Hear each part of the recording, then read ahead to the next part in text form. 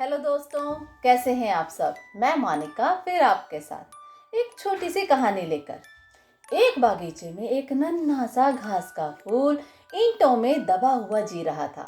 तूफान आते उस पर चोट ही नहीं हो पाती थी, सूरज निकलता उस फूल को सता ही नहीं पाता था, बारिश आती उसे गिरा नहीं पाती थी क्योंकि वो पहले से ही जमीन में सटा हुआ था। उसके आसपास बहुत से गुलाब के फूल थे। एक रात उस घास के फूल ने परमात्मा से प्रार्थना की, हे प्रभु, मैं कब तक घास का फूल बना रहूंगा। अगर तेरी मुझ पर जरा सी भी कृपा है तो मुझे गुलाब का फूल बना दे। परमात्मा ने कहा, तू इस झंझट में क्यों पड़ता है। गुलाब के फूल की तो बड़ी तकलीफें हैं। तूफान आते हैं तब गुलाब की जड़ें उखड़ जाती हैं। जब गुलाब का फूल खिलता है तो पूरा खिल भी नहीं पाता है और कोई उसे तोड़ लेता है। बारिश आती है, गुलाब की पंखुड़ियां बिखर कर जमीन पर गिर जाती हैं। घास के फूल ने कहा, नहीं भगवान, बहुत दिन सुरक्षा में रह लिया, अब तो मुझे झंझट लेने का मन होता है। आप तो मुझे गुलाब का फूल बना ही दो। चाहे एक दिन के लिए बनाओ, चाहे 1 घंटे के लिए बनाओ, मुझे तो बनना है। पास पड़ोस के घास के फूलों ने समझाया, अरे बाबा, इस पागलपन में मत पड़।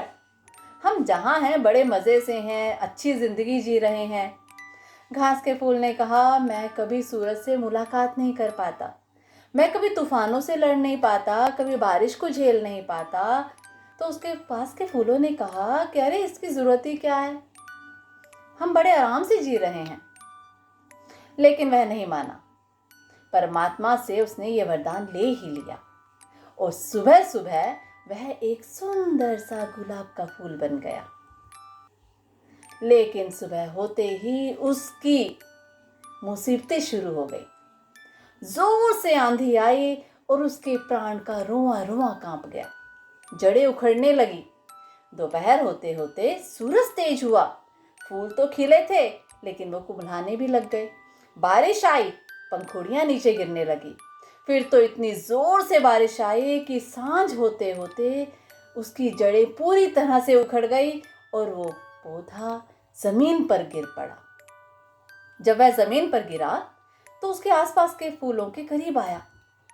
उन्होंने कहा, अरे तुमने व्यर्थ ही अपनी जिंदगी गंवाई। तो उस मरते हुए गुलाब ने पता है क्या कहा। उसने कहा कि तुम कभी नहीं समझोगे।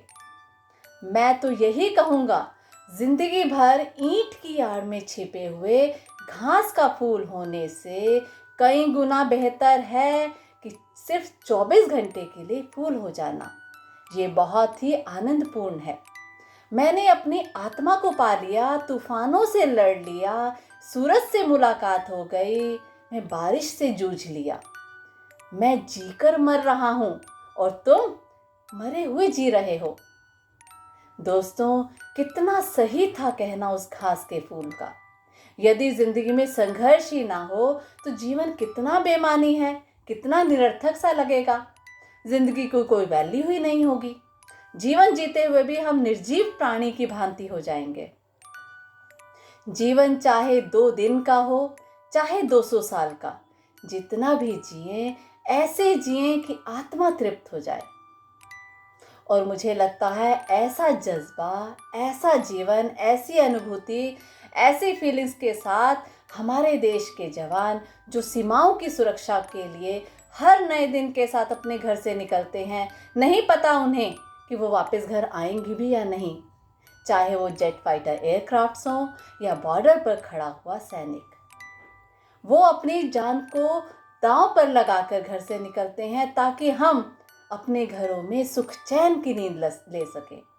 वो जिंदगी को जीते हैं एक लक्ष्य के साथ और मरते भी हैं जिंदगी के साथ। मेरे देश के उन योद्धाओं को मेरा शत शत प्रणाम और देश के लिए जो उनका जज्बा है उन्हें मेरा सलाम।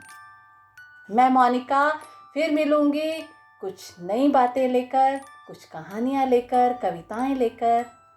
धन्यवाद।